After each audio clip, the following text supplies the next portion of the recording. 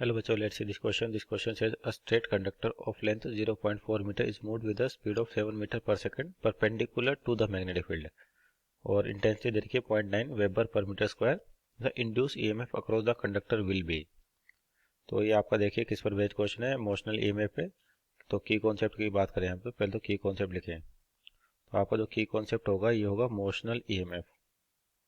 Motional EMF. तो motional EMF क्या होता है कि जब भी आपके पास कोई भी कंडक्टर, देखिए क्या होता है कि जब भी आपके पास कोई कंडक्टर है किसी भी मैग्नेटिक फील्ड में मूव करता है. सपोज करिए वेलोसिटी v है आपके पास और एक मैग्नेटिक फील्ड का मैग्नीट्यूड बोल देते b है और इसमें मूव कर रहा है, तो इसके अंदर एक ईएमएफ जनरेट होता है आपके पास. तो उसकी वैल्यू होती है आपके पास ईएमएफ की v cross b dot L.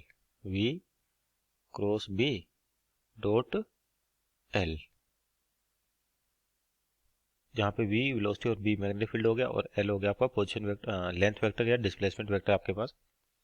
तो v क्रॉस बी यानी कि v भी साइन थीटा. तो देखिए यहाँ पर क्या दे रखा है कि जो मैग्नेटिक फील्ड है उसकी स्पीड दे रखी है 7 मीटर पर सेकंड और परपेंडिकुलर है मैग्नेटिक फील्ड के.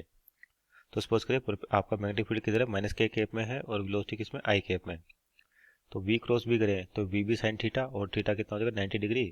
तो ये बचेगा वी बी साइन 90 कितना हो जाएगा 1.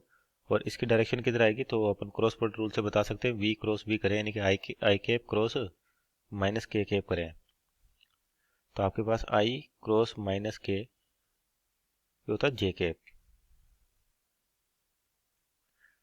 अब देखिए एल वेक्टर यानी कि लेंथ जो दे रखी है आपके पास, तो लेंथ वेक्टर आपके पास इनिशियल पॉइंट और फाइनल पॉइंट के बीच का सेपरेशन होता है, उसको लेते हैं आपके पास. तो सपोज करिए जैसे इसमें लेंथ वेक्टर इधर है आपके पास, चाहे तो आप इस डायरेक्शन में ले सकते हैं लेंथ वेक्टर आपके पास. और लेंथ वेक्टर बेसिकली जैसे कंडक्टर, तो यहाँ तो स्ट्रेट कंडक्टर दे रखा है. अगर मान लीजिए कोई इरेगुलर शेप का कंडक्टर होता है ऐसे, तो एल वेक्टर जो होता है आपके पास क्या होता है, इनिशियल पॉइंट और फाइनल पॉइंट को जोड़ने वाली जो लाइन है उसके अलोंग आपका एल वेक्टर होता है. और हाई पोटेंशियल पॉइंट को कौन सा होगा आपके पास, वी क्रॉस बी करें तो ये आ रहा है जैसे यहाँ पे माइनस जे के माइनस सॉरी प्लस जे के. तो जिधर वी क्रॉस बी का रिजल्टेंट आता है उधर होता है आपका हायर पोटेंशियल, मतलब ये पॉजिटिव होगा और ये नेगेटिव होगा आपके पास. तो V cross B dot L, तो वी बी और एक इस डायरेक्शन माइनस जे के. एल वेक्टर आपका कितना हो सकता है, माइनस जे में भी हो सकता है प्लस जे में होता है. जनरली अपन क्या करते हैं, हाई पोटेंशियल से लोअर पोटेंशियल को लेंथ वेक्टर लेते हैं या डिस्प्लेसमेंट वेक्टर. तो यहाँ पर ये किधर होगा, माइनस जे केप यानी कि जे केप और position displacement vector minus J cap. तो एंगल कितना होता है 180 डिग्री. तो केवल अपने को यहाँ पर मैग्नीट्यूड ही बताना है. तो कोस 180 कितना होता है -1. अगर मान लीजिए ये वाले डायरेक्शन लेते तो जीरो आ जाता, तब भी कोस जीरो क्या होता है 1 होता है आपके पास. तो बी वैल्यू क्या होती है, सिंपल वी बी एल होती है. तो मैग्नीट्यूड वाइज देखें तो आपको डायरेक्शन लिखने की कोई जरूरत नहीं यहाँ पे, तो वी बी एल हो जाएगा आपके पास.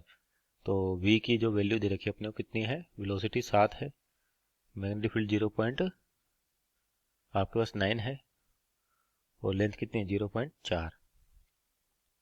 तो इसको मल्टीप्लाई करें, ये रहा 2.52 वोल्ट.